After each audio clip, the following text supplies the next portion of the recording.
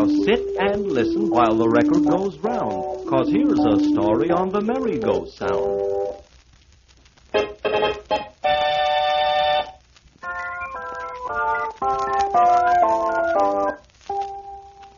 One lovely summer morning, a little tailor was sitting at his bench sewing. And as he sewed, he thought about the wonderful things he wanted to do. And as he thought, and as the needle flashed back and forth, he sang this little song. Needle pushing isn't so exciting. I'd rather be a warrior bold and make my living fighting. I'm tired of needles sticking me. They hurt so much. Oh, dear, oh. I'd rather be a fighting man, a warrior, and a hero. And with that, the little tailor took a slice of bread and spread some jam on it. Heroes must eat, too, you know. But no sooner did he finish making the sandwich than some flies settled on it.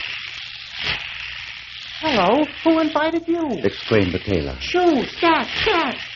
But the flies returned again and again, until the little tailor became angry. He seized the fly swatter, took a good swing, and... There, you flies won't bother me anymore. Now, let's see how many I killed. 1, 2, 3, 4, 5, 6, 7. 7. Wow, I'm a pretty good fellow, I am, to kill 7 at a blow.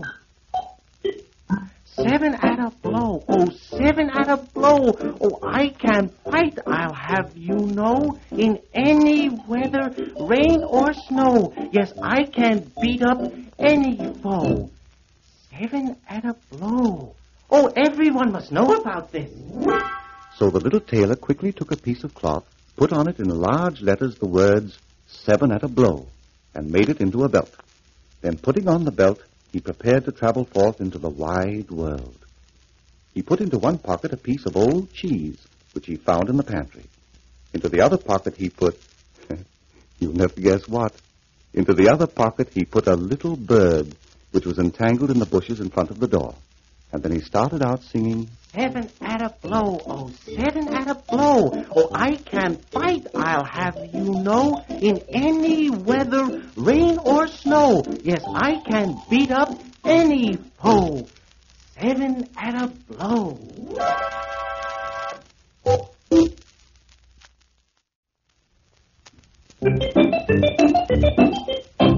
And so the little tailor started out to find adventure.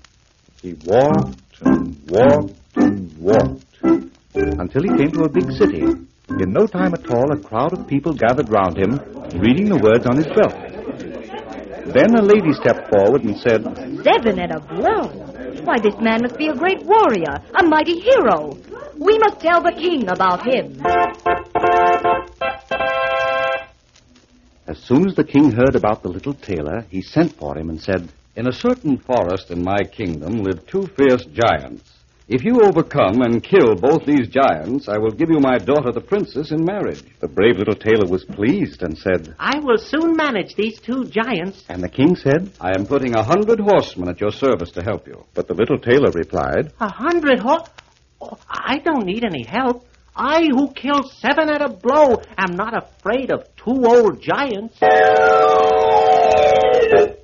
The little tailor wasted no time, but went right into the forest to find the giants. In a few minutes, he knew he was on the right track, because he heard a deep voice that sounded like thunder. And there, on the top of a hill, sat the biggest giant you ever saw, singing, Oh, large is big and little is small, and I am large and big and tall. You're not large or tall or big, for you I do not care a fig. And then the giant looked down at the little tailor and bellowed, You certainly are a very little fellow. That may be, but I am not an ordinary fellow. Here, read the words on my belt, and you'll see what sort of man I am. And the little tailor unbuttoned his coat so the giant could read his belt.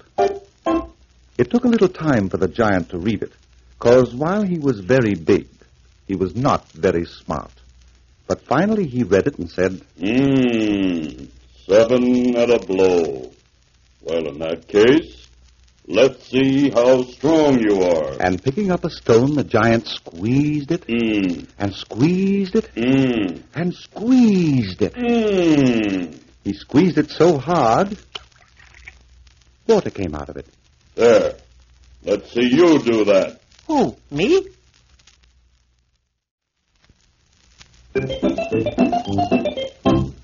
The little tailor was really troubled. But then he said, That's nothing at all. That's just play to me. and diving into his pocket, he pulled out the piece of cheese he had found in the pantry. And then he squeezed it, and squeezed it, and squeezed it, until the milk came out of it.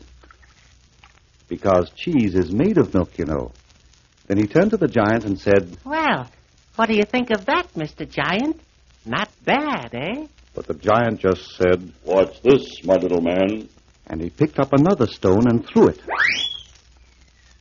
He threw it so high that the little tailor could hardly see it, What do you think of that, Mr. 7 at a blow? said the giant. But the little tailor said, Well, that's not bad for a giant. But your stone must fall to the ground again. I will throw one which shall not come back. and the little tailor reached into his pocket, took out the little bird he had rescued from the bushes, and threw it into the air. The bird, happy to be free, flew straight up and then far away, and did not return. There you are, my big friend. Said the little tailor. Said the giant. You are a strong and brave fellow. I want you to come home and meet my big brother, and you can spend the night with us. I thank you. I'll be very happy to come with you.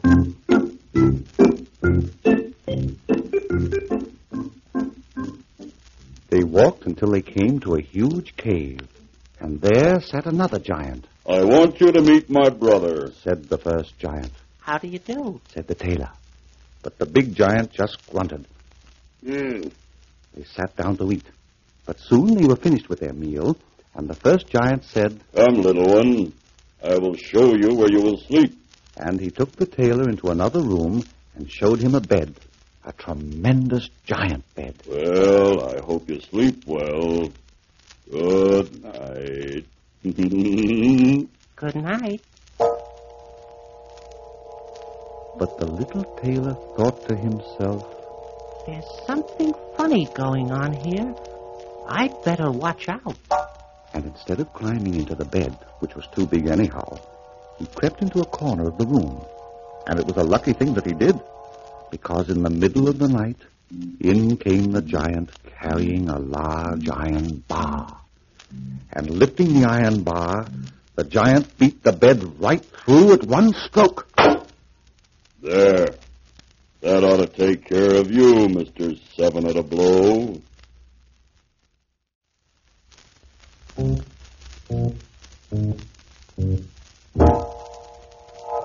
After the giant walked out of the room, the little tailor sitting in the corner just laughed and laughed and laughed. And he laughed some more the next morning when he went into the giant's living room. They thought they had killed him during the night, and they were so surprised to see him walk in without a scratch on him, they both ran away screaming. As soon as he finished his breakfast, the little tailor started out after the giants. They had run and run until they were tired out, and then they lay down to sleep.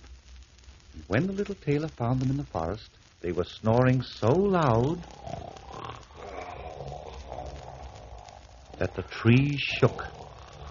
But the little tailor wasn't afraid. Not he. He had a plan.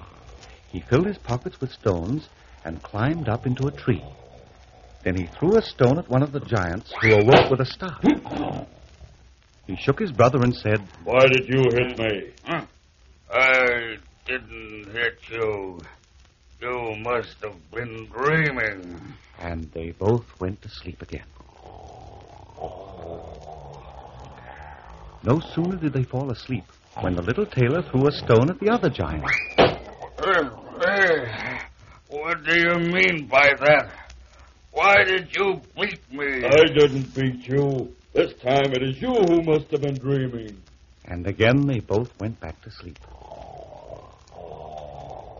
This time, the little tailor took out his largest stone and threw it at the first giant with all his might. What? Roared the first giant. Again? This is too much. And they both started to fight. They threw stones at each other and picked up whole trees and hit each other. And they fought and fought until they were both dead. Phew, Said the little tailor. that was a close shave for me. It's a lucky thing they didn't pick up the tree on which I was sitting, or I might have been hurt.